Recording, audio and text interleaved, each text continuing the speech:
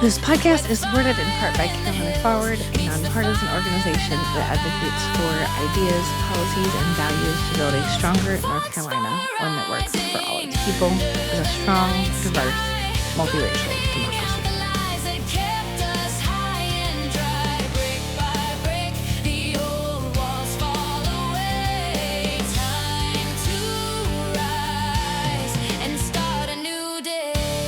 Hey y'all, welcome back to the Foxfire Dispatch.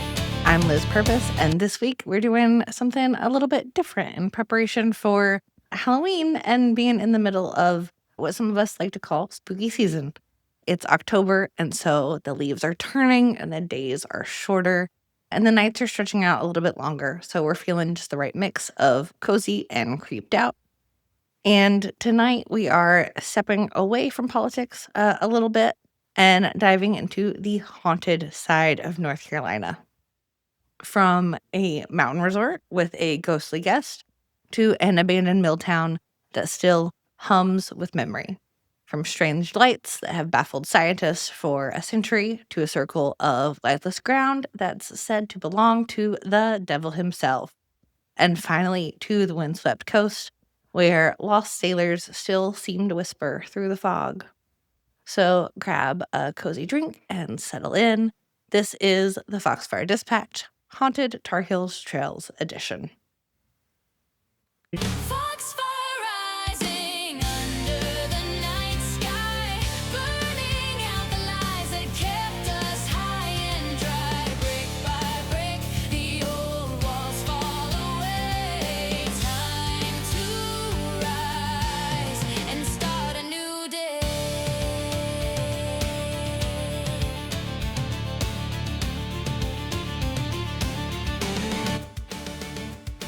So we're going to start this story in Asheville, up in the Blue Ridge Mountains, in one of the grandest hotels in the South, the Old Grove Park Inn.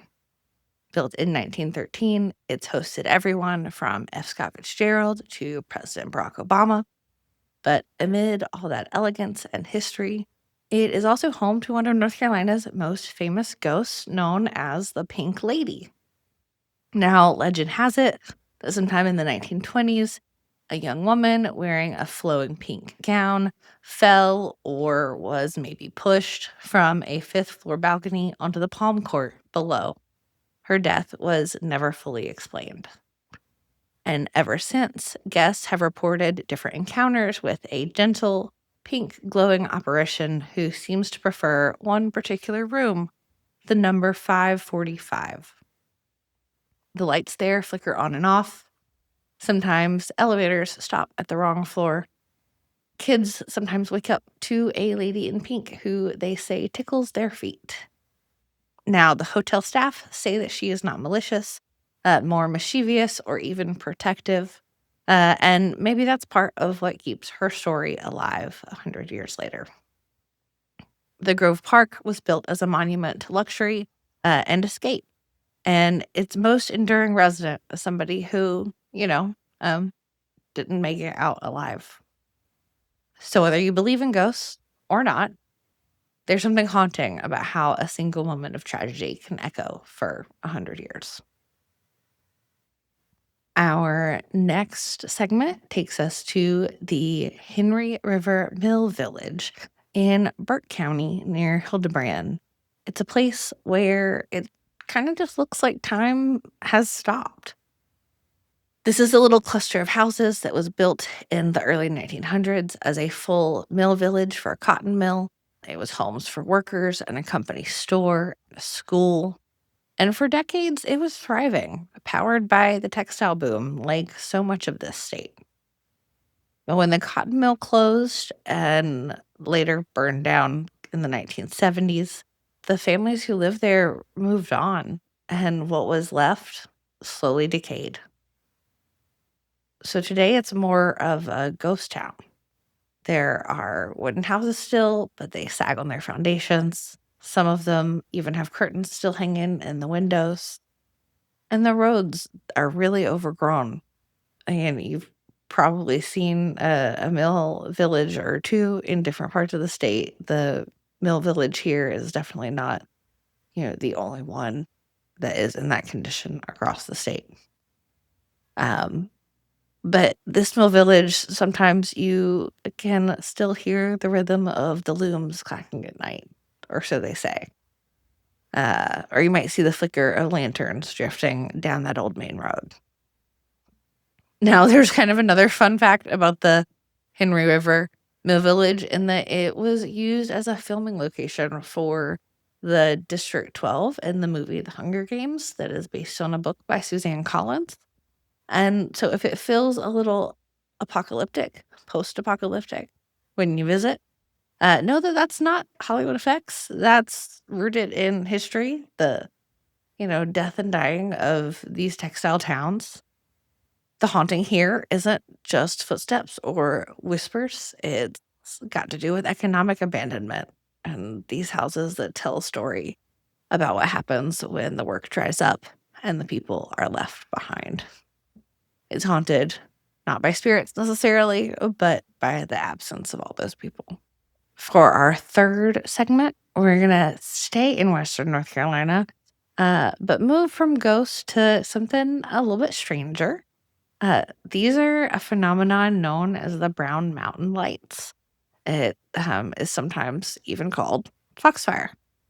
Now, for more than a century, people have seen some strange glowing orbs hovering around Brown Mountain near Morganton, North Carolina. There are bright balls of light that rise and split apart and disappear and reappear. And sometimes they're white and sometimes they're blue or orange. Now, the first recorded sighting dates back to 1913, which is when a fishing guide wrote to the U.S. Geological Survey about the Brown Mountain Lights. Scientists have really been scratching their heads ever since.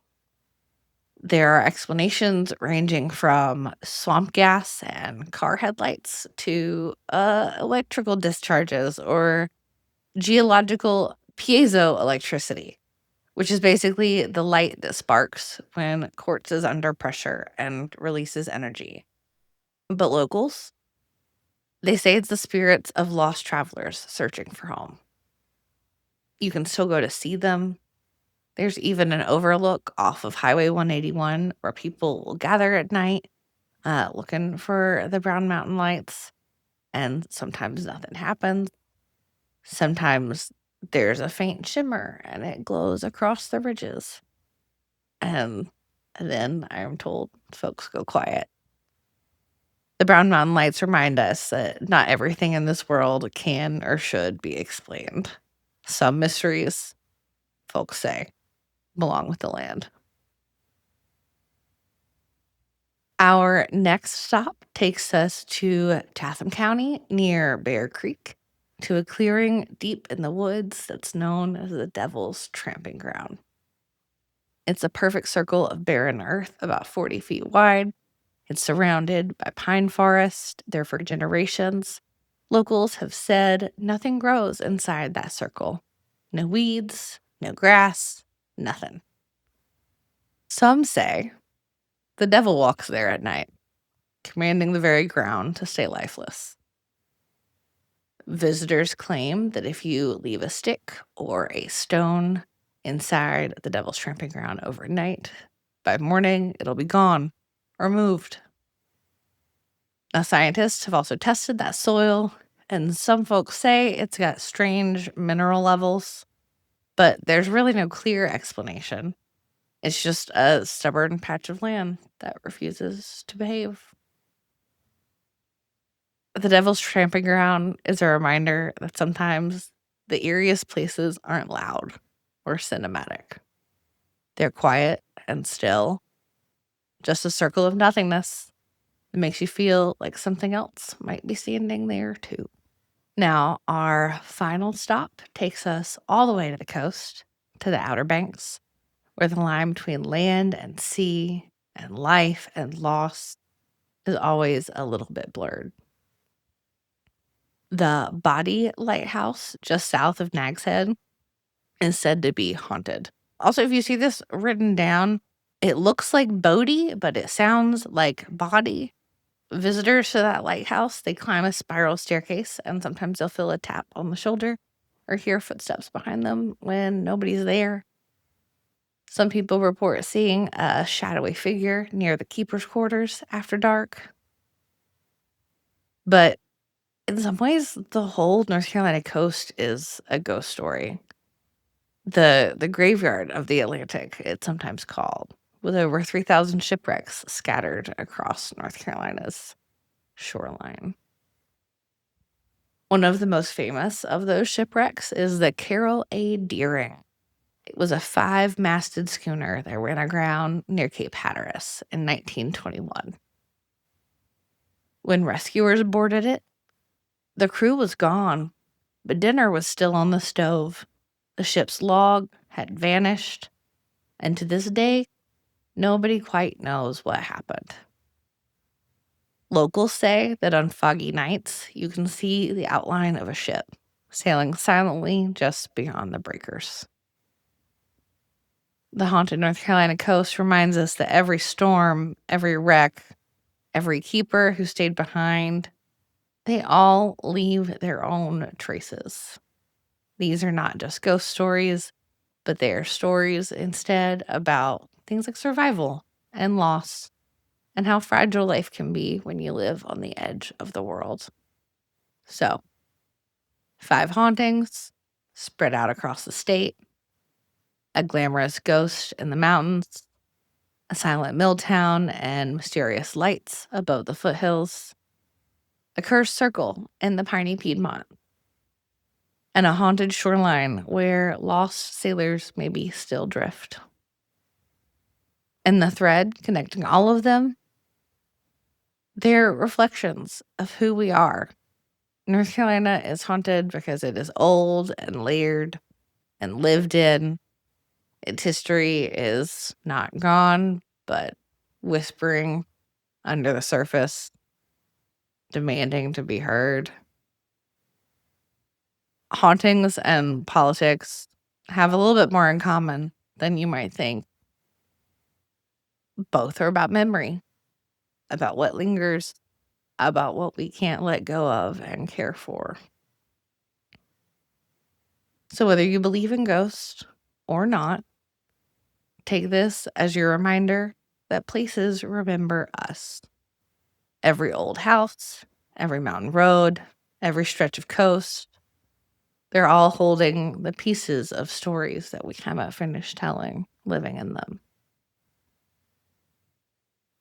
Thanks for joining me for this special spooky season edition of the Foxfire Dispatch. Next time, I will be back with our usual blend of news and culture and North Carolina reality checks. But until then, keep your lights low and your minds open and your hearts brave. Happy spooky season, y'all. And thanks for listening to the Foxfire Dispatch. If today's episode was a spark, help me fan the flame. Share it with your friends and neighbors. Drop us a note on social or email thefoxfiredispatch@gmail.com with your questions, stories, and ideas for Better South. New episodes drop on Fridays. Find the Foxfire Dispatch on Instagram, YouTube, and Blue Sky at the Foxfire Dispatch, and on TikTok, and yes, Twitter, aka The Bad Place, at Foxfire Dispatch. We would also especially love it if you subscribe on YouTube. The new music today is produced by John Fitz. The Foxfire Dispatch is written and executive produced by me, Liz Purvis. Until next time, remember, we are who we're waiting for. Now go get in some good trouble.